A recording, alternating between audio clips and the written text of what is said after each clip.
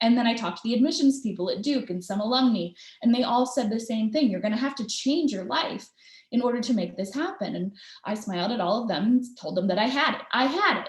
I'm good at time management. And I knew that I had it because in undergrad, I took more than a full course load, usually 16 or 18 credit hours at the time. And I worked 5 part-time jobs, 5 part-time jobs, totaling 40 hours a week. So if I could do full-time coursework and full-time work in undergrad, I could do the same thing now. It would be fine. I could handle it. And I did. It was really great until school started. And then I realized they were all right and some things had to change because my life got a little hectic.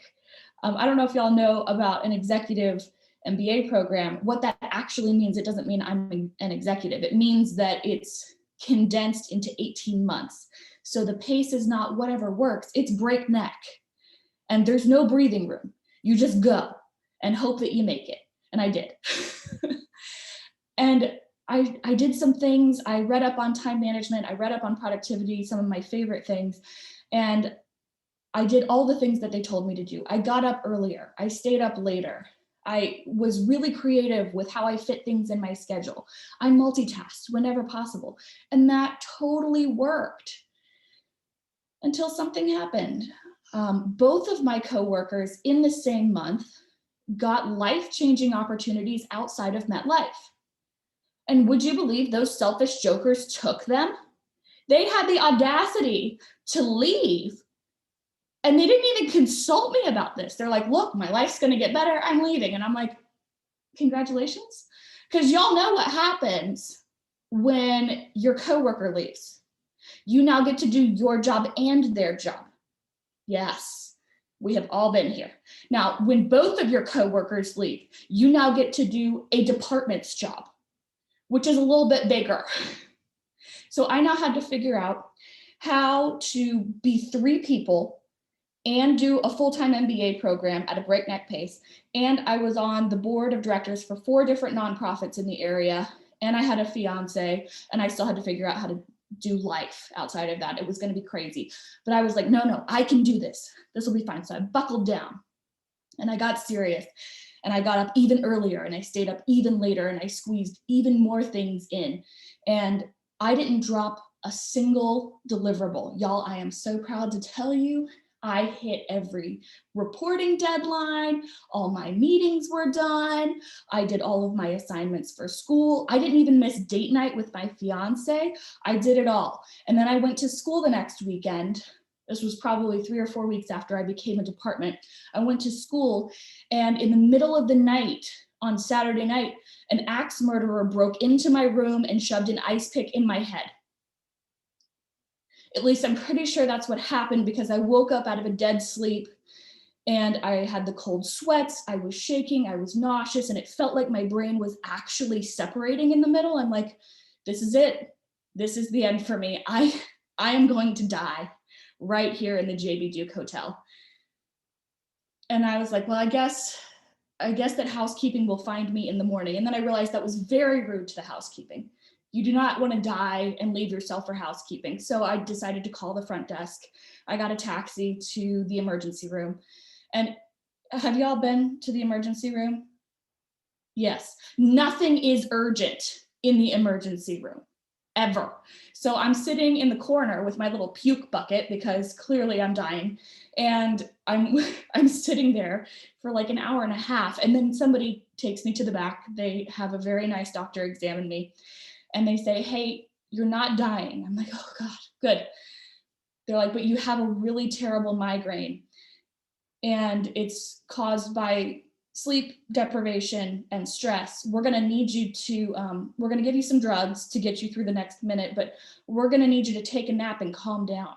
I'm like, nah, I don't think y'all understand. I'm in the middle of something right now, and I've got a lot to do. I don't have time to take a nap and calm down. Isn't there something else you can give me? They're like, no drugs are gonna fix this. Girlfriend, you need to have a nap and calm down. So they did pump me full of drugs. I don't know what drugs they were, but they were very effective. They did get me through the rest of the day and they got me home. And then I proceeded to fall asleep for the next 16 hours straight. It was my greatest Rip Van Winkle impression. And I woke up the next morning and realized this is not working. Something has got to change because I can't afford to be sleeping 16 hours at a time. And I also can't afford that kind of emergency room bill again, on a routine basis. That's not a good plan for me financially. So I realized something had to change. Now, you may not have been in the emergency room, but who has been in a similar situation where you have had too much to do and not enough time? Or you have been asked to do the impossible and given no extra resources? That looks like all of you. Good. I'm amongst friends. Welcome, friends. Welcome. And this is where time management comes in. And when we think of time management, a lot of times we try to do more with less. And the way that we approach the problem, and the problem is too much to do and not enough time, is we think, I will add time. Because that seems like the easier solution. So we do things like we get up earlier and we stay up later.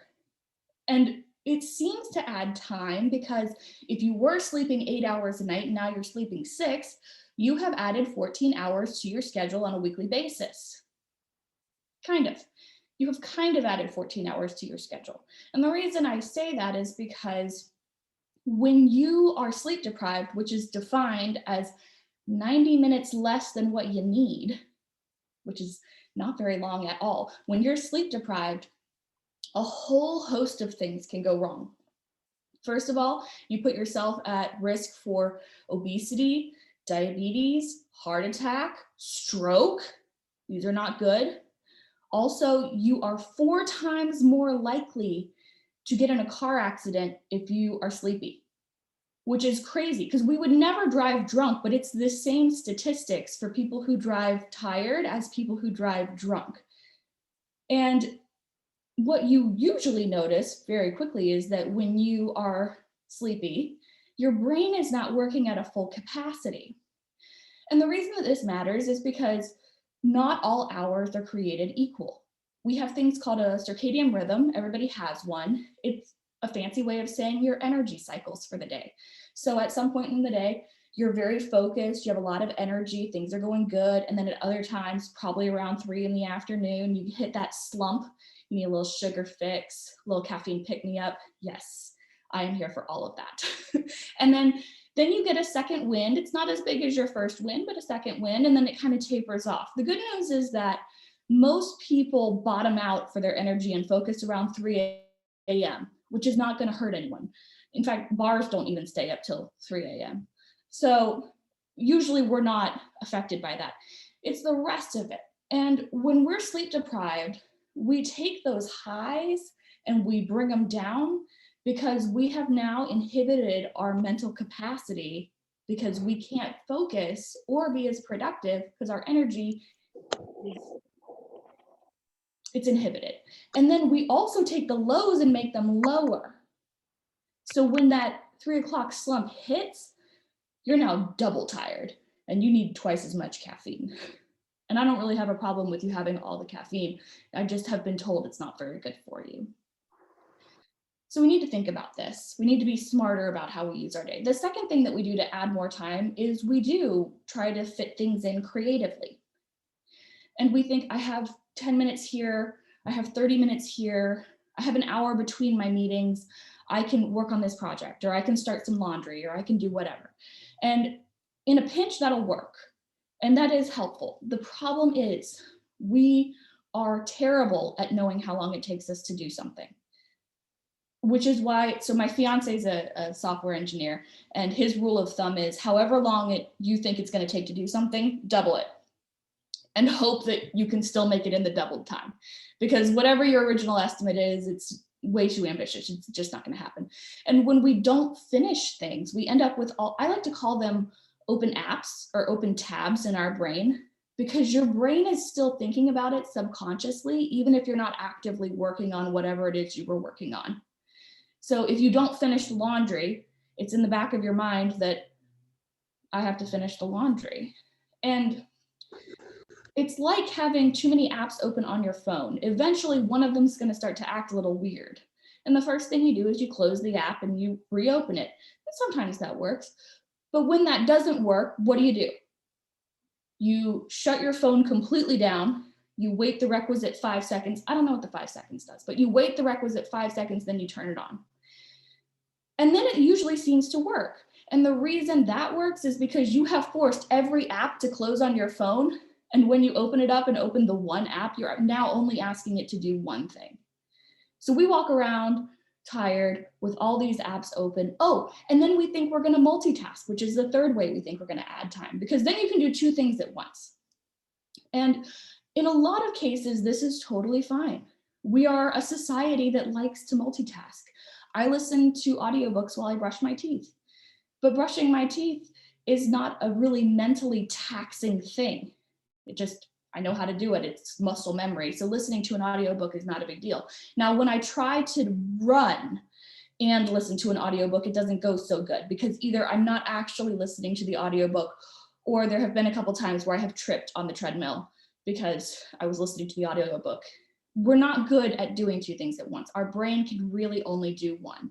And by multitasking, you actually make yourself 50% less effective at both things, which means that it takes way longer to do both of them than if you had just sat down and focused in the first place. So like I said, in a pinch, if you have like a one-off week where you got to get a lot of stuff done, you might want to stay up a little later, get up a little earlier, or be creative with your schedule. But this is not a permanent fix. This can't be your go-to move. If it's your go-to move, we have problems. So what is the go-to move? Because the problem is we have too much to do and not enough time. And the answer is we need to focus on the first part of that problem and not the second part, the too much to do. And I'm going to hurt your feelings because we all want to be heroes and we want to do it all. And you know what? There are a cajillion books, articles, podcasts, anything out there, motivational speakers that will tell you you can do it all. And I am here to tell you that you absolutely cannot. You will end up in the emergency room with a mental Charlie horse. Like, this is not good. I do not want that for any of you. So we're going to work on how to not do it all. And the way that I do that is first we have to know what we're doing. And in the same way that we're terrible at estimating how much time it's going to take to do something, we are equally bad at knowing what we have going on and our own capacity, because we try to store it in our head. And in our head, everything's in categories. You have, this is what I need to do for my family this week. I can do that. This is what I need to do for the house this week. I can do that. This is what I need to do for Toastmasters this week. Yeah, I got it. These are all the things that I've got going on at work. Little more challenging, but I have it. It's fine. So what I'd like to challenge you to do is, if you're one of those people who has too much to do and not enough time, I like to make what I call the great big list of everything. And I make the list in those categories. So I do things like, here's a project that I'm working on at work, and here's a conference that I'm putting together, and here's a report that I need to do for my boss. And I write down every task or meeting associated with that item until it hits the complete point. So I do all of them. When I was in school, I would write down all of my assignments, my individual ones, my team ones, finals. I'd write it all down. And then I do things for Toastmasters. You might write things like, write your next speech. Actually, first sign up for your next speech, then write the speech, then practice the speech, sign up for a role, right? Anything that you're doing for the club, if your club has anything else going on. And I always have a category for all of my extracurriculars. So all of my nonprofits, I have different things. If I have to review a budget, I have fun, like social activities. If I need to have brunch with my girlfriends, because sometimes that's important. Or if I need to call my mom appreciates when I call her. So I write call mom on my tasks. And then I have the bucket for other, which is everything that you have to do that you're not really thinking about, but you're kind of thinking about. Things like mowing the lawn, taking out the trash. These things take up time, not much, but some. So we need to be aware of them. So we make this great big list of everything. And when you look at it, you go, holy crap, I have a lot of things to do. And we're gonna pare that down a little bit using what I call the DASH method. And DASH is an acronym. The D stands for delegate. And y'all know what delegation is. I do not have to explain this to you. It means that you look at the list and anything that you can hand to someone else to own, you do that. And the most common response that I get to this is, well, it would get done better and faster if I just do it myself. And that is probably true, but I don't care. We are working against a limited amount of time here. You only have so much energy and time in your day. Delegate it, make it someone else's problem. It will be okay. If they don't do it, they're on the hook, okay? So delegation. The second thing is automation. And automation can mean actual, like technological automation, or it can just mean simplifying things. So when I was in this fiasco of my life, period, one of the things that I inherited was a report that took like 10 days to put together. I had 12 different sources, and y'all have worked with multiple sources, and they always get you what you need on time. And then you get what they give you, and you have to then manually translate it into something that works. And then you have to put it in a PowerPoint, which I won't tell y'all how I feel about PowerPoints, but it's not good. I hate PowerPoints. And you have to make it pretty, because if you're presenting to leadership and management, they want everything to be beautiful. And they want you to basically digest it for them and tell them what matters. So you have to do all of these things. And it was taking me about 10 days to do it. And my fiance suggested that I go make friends with the engineering department and ask them to write me a script.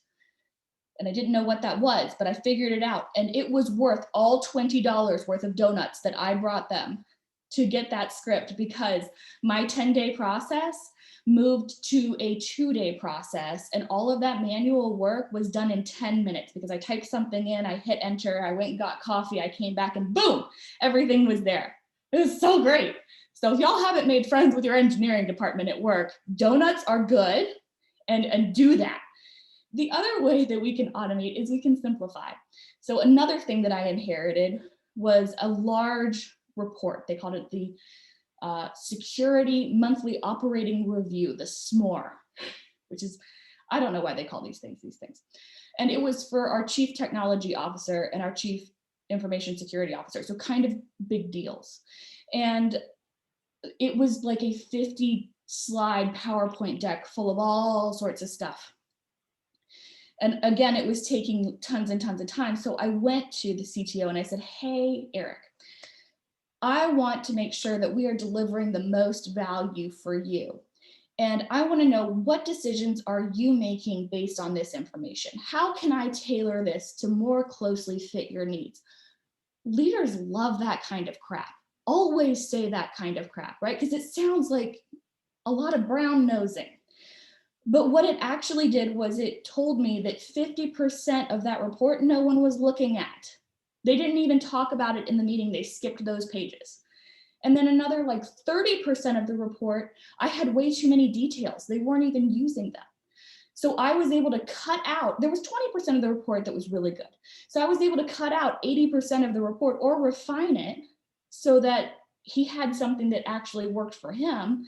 And I wasn't spending days and days and days doing something that nobody was ever going to look at, because, now statistically, we're all going to do dumb stuff at work, but I would like us to do less dumb stuff, because nobody likes doing dumb stuff. And especially when nobody's looking at it. That's the worst. So let's just not. The S in DASH is to say no. And this one's real hard for a lot of people, because, and especially Toastmasters, because Toastmasters are people who want to be better. That's why you're here.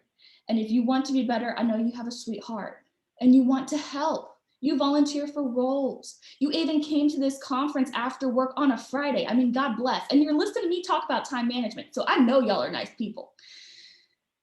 But we have to sometimes say no. And saying no is hard because we don't want to disappoint anyone. But this goes back to us trying to be heroes. We are not heroes. We are humans. You know Superman is an alien, right? Okay, well, you are not aliens. You are people. And I appreciate that about you.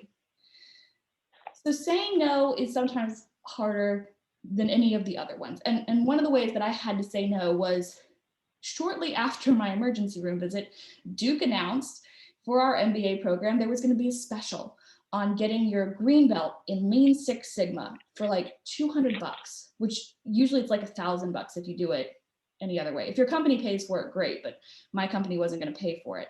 I was like, $200, that's a steal. I should do this.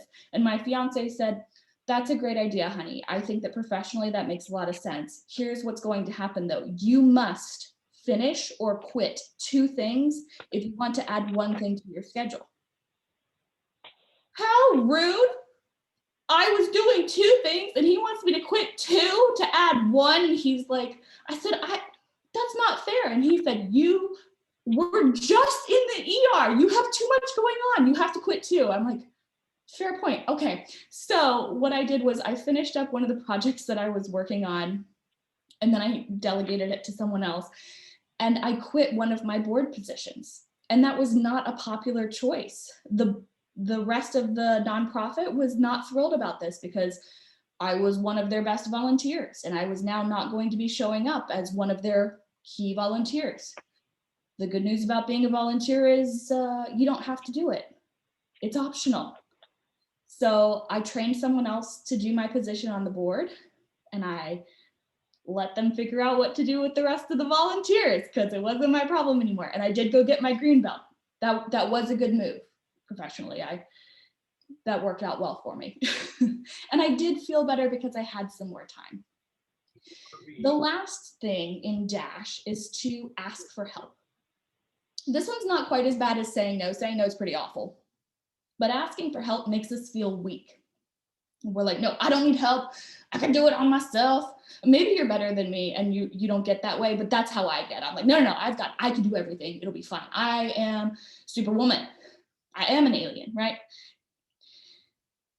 Now, there was a 2-week period in the middle of grad school and figuring out all of the other things where I slept on a bare mattress with the throw pillow from my couch because I did not have time to put sheets on my bed because I didn't finish the laundry. Y'all know laundry is a 2-step process. Do the laundry, and then the second step is put away the laundry.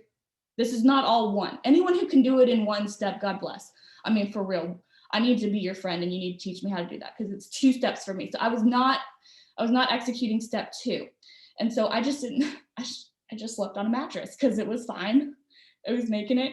And I realized, okay, so if I'm making everything else better, maybe I could ask for some help here. So I asked my fiance, I'm like, hey, could you come over to my house and could you help me put away the laundry? And he thought I was kidding.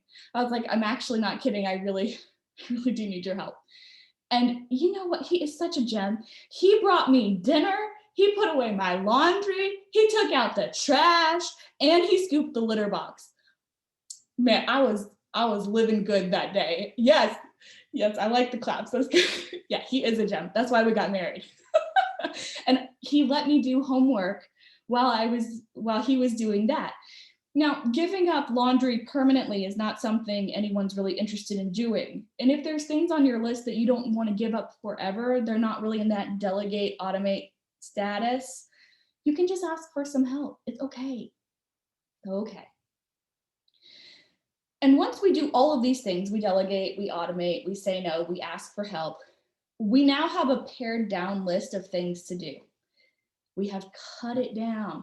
And what's left is what's most important. And it's the things that you and only you can do.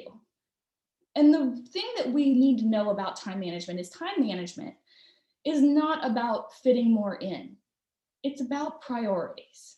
And one of those priorities has to be you. And so how do we actually do this? And now I'm going to try to do something technological.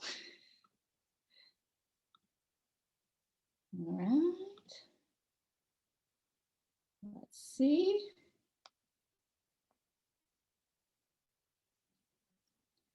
Aha. You can now see my screen. So this is actually what I do on a daily basis. This is what got me through grad school and trying to be 3 people, because they decided they only needed to backfill one of my coworkers' positions, and they were going to let me do at least 2 jobs for most of grad school. So that was a fun time. So this is how I did it. The first thing we need to know is we need to be honest with ourselves about what time we have. And again, we always overestimate what we can do and underestimate how long it's going to take us to do it. So I like to do things like on a physical piece of paper so that I can't cheat myself and lie. I have to actually commit time to things. So let's say we start with the things that we can't move. So this would be like a schedule for a day. So you start with the things like maybe you have a meeting, starts at 8:30, goes to 10. It's a long meeting. We got a meeting. And then we have a project here. We have a project, something that we're doing. We might have more project work down here. You might have a one-on-one. Maybe you have a really crazy afternoon. You have a one-on-one with Bill, because everyone knows a Bill. We have another meeting. And then, you've got commitments. So maybe you have either some sporting activity that you're doing, or maybe your kid's doing a sporting activity. So we've got soccer down here. And then what we need to do is we need to think of our priorities. So we're going to look at that great big list of everything, and we're going to say, what would make today a good day? And you can't do it all, right? We just discussed this. We cannot do it all, but we can do some things. So if you could only do 3 things, what would they be to make today a good day? And, going to that sporting event for your kid is probably pretty important. Maybe you have a report for your boss. And you know what? Your health is also important. So these don't all have to be activities or events. Maybe it's just going for a walk. Maybe going for a walk is important. And then we come up with a bunch of to-dos. So this is kind of everything else in a somewhat prioritized fashion from your great big list of everything. So we have laundry. We have put away laundry.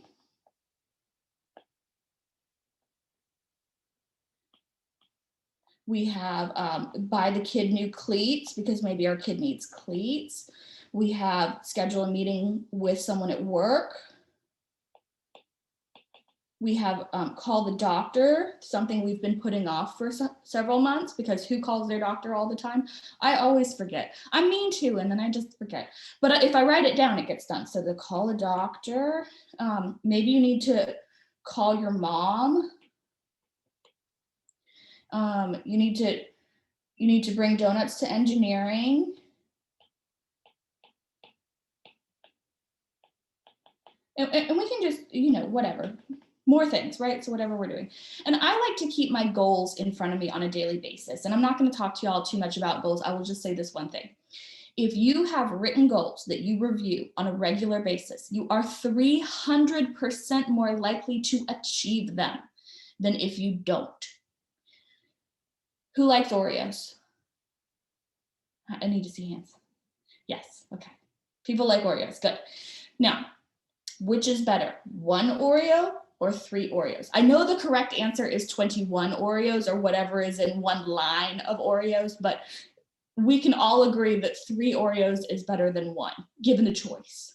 Now, if you were 3 times more likely to achieve your goals, this would be better. And all we have to do is write them and look at it. So my goals, I wrote a book.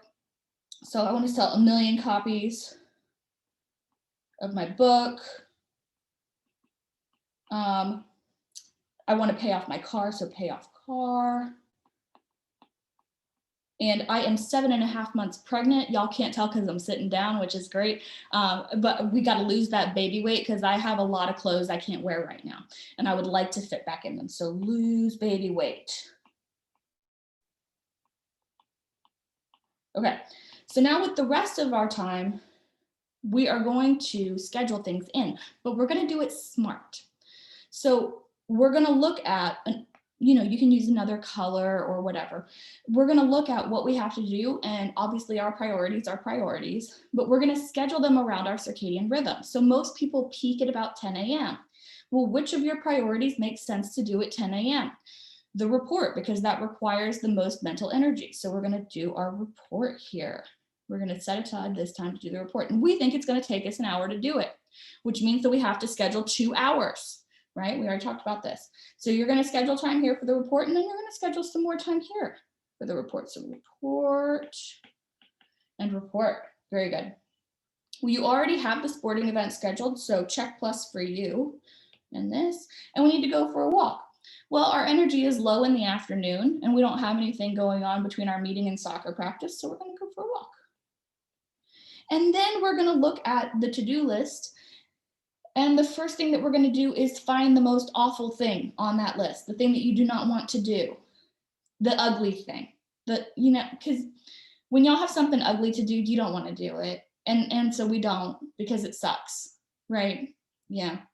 And the thing is, if you don't do it right now, you suffer twice. Because, okay, so we're going to ask for some more participation. And I don't know that I can see the chat. So I will just let you yell at me. You can unmute yourselves for this one. What is the most awful food you can think of? Like the thing that you really just don't want to eat ever. What is your worst thing? Brussels sprouts. Brussels sprouts. That's a good one. Beets. Okay. Anyone else? Boiled okra. Oh, my mom calls it yuckra. She hates okra. Okay, now I might hurt your feelings with this one. For me, it's guacamole. I hate guacamole. There is nothing about guacamole that I like. I don't like avocados. I don't like raw tomatoes. And I think onions are truly an abomination. I just can't do it. So if we ever go out to eat and you are about that guac life, you can have mine. You don't have to pay extra. I'll just give it to you, okay? So if tomorrow you must eat that food, when are you going to eat it? Are you going to eat it first thing in the morning, or are we going to put it off? So my fiance was like, I'm going to put it off. I asked him this the other day. I'm like, what are you going to do? And he's like, I'm going to eat it last. I'm like, you fool. Why would you do that? And he's like, what do you mean? Then I don't have to eat it until last. I'm like, well, that's the last thing you're eating. You're going to end the day on a bad note, but you're going to have to suffer through the food either way. And if you eat it first thing in the morning, then it's done. And we never have to think about it again. But if you wait till the end of the day, you now have to suffer the whole day knowing that you have to eat that awful thing, and then you still have to eat it. So we either suffer once or we suffer twice. So when there's something awful, ugly, nasty that we do not want to do because it is terrible and probably stupid, we do it first, because then we only suffer a little bit. And we make sure to finish. This is like the closing the apps thing, right? So always, if you can look at this and you're like, okay, so maybe we did laundry. Putting away laundry, that means finishing. So we're going to prioritize putting away laundry. So we're going to do, maybe we'll put away laundry after soccer. Laundry away. And then we have finished something. So good for us. And then, whatever is time sensitive, that goes on there. So if it's your mom's birthday, probably that's a good time to call her. We don't want to procrastinate on that one either. So we're going to call mom. We'll call mom on the way to soccer practice. And then maybe we can schedule a meeting. And you can probably do that up here. You can schedule a meeting for work before you go to your first meeting. So I'm going to schedule a meeting. Okay, now you'll notice I have left some spaces. There's a space here, and there's a big space here, and there's a little space up here. Normally I leave a couple extra spaces, and the reason that we leave white spaces, it kind of goes back to like graphic design. What you put in a picture is just as important as what you don't put in a picture. You need to have white space so that your brain has a chance to breathe. Now, when we were an agrarian society, when we were farmers, you could work from sun up till sundown, and then you had to stop because you couldn't see anything. And then we kind of moved into a more industrial age. People worked in factories, and you could work when the factory was open, and then you had to go home. And that was it. But now we are in the time of technology, which means you are attached to technology all the time. It's constant and you can't escape it. And it's even worse in the pandemic because you can't leave the office. You live there now, right? So there is no off. We have to create the off ourselves. Now, if you have the ability to be done at the end of the workday, I strongly encourage you to do that. I don't have that opportunity. I'm crisis management. Crises happen outside of banking hours, basically, right? So I have to be available. Unless you're dealing with something like that, try to step away. But if you can't, that's fine. Just make sure you put white space in your calendar, because when things do take longer than you expect, a little buffer is nice. But also having a mental break is very important, because we're making you a priority. You do not have to schedule every second of every day. It will be okay. So now we have a working schedule. And the key to this schedule is not that you've made it. It's that you try to follow it. And I'm going to give you the big secret now. It is not going to work. Something's going to come up. You're going to get interrupted, because whose coworkers are also very rude and do not respect your status on your chat function, right? If you're in a meeting and you're red, they will ping you anyway. And you were like, listen, I am red. I am red. I'm not talking to you right now. I'm trying to focus. And we have all these things, or your boss is like pinging you. Yeah, we have all these distractions. So things are going to come up. Your beautiful plan for the day is not going to happen. We have to be flexible, but we have made a plan, which is really good. Because if you don't write it out and you don't commit time to it, then you think you're going to get more done than you're actually going to get done. But also, you might not think about all the things you could be doing during the day. It kind of works both ways. And if you only plan one thing, it will take you the whole day to do that one thing. But we have now planned like 12 things, and we're not going to get all 12 things done. It's just not going to happen. But we'll probably get like 7 or 8 of them done. And that's way better than getting like 1 or 2 things done. I read a statistic that if you take 10 or 15 minutes every day to plan what you're going to do, you will save 2 hours of wasted time. Now, 15 minutes is a lot better than 2 hours. So I like doing this. And this is how I made it through grad school. This is how I figured out how to be productive in 2020. It's not hard. It's very easy not to do, but it works. So to recap, we cannot create more time. We have what we have. Same for everybody. But we can control what goes on our plates, and we're going to try to do that. And once we focus on what adds the most value, we're going to schedule it appropriately, and we're going to be smart about it, because we know that we have certain times of day when we're more effective and certain times of day when we're less effective.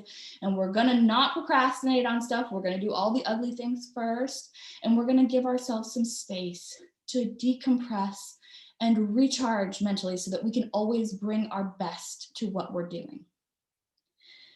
And that is all of my best advice on time management.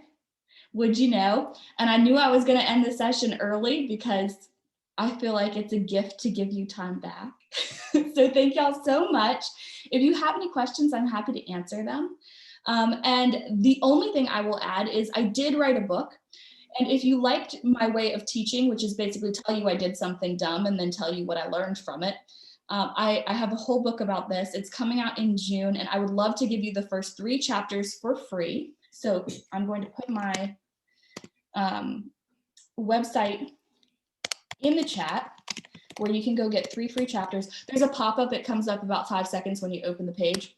And if you just sign up for that, it'll automatically tell you how to get the 3 free chapters.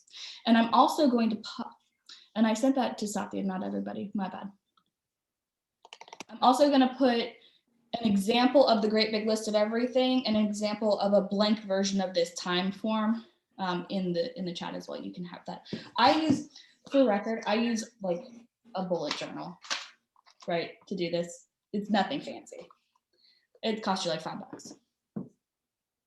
Anyway, thank you so much for everything. You guys have been wonderful. Thank you so much, Nikki. That was excellent.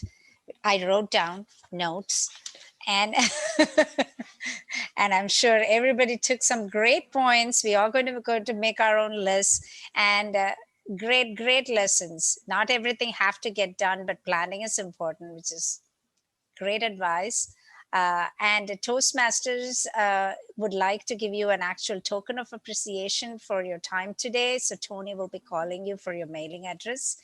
And with that, on behalf of everyone, I'd like to thank you. If anyone wants to stay around, ask Nikki questions, feel free. I think the room is open for another 5 minutes.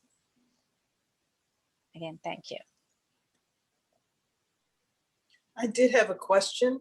Yeah. I have trouble with trying to calendar things months ahead, like on my job, and it's just, I don't want to think 5 months out. So I'm not sure if you have a method for that. That's challenging. So I like to put as many things on my calendar in advance as I can. Mhm.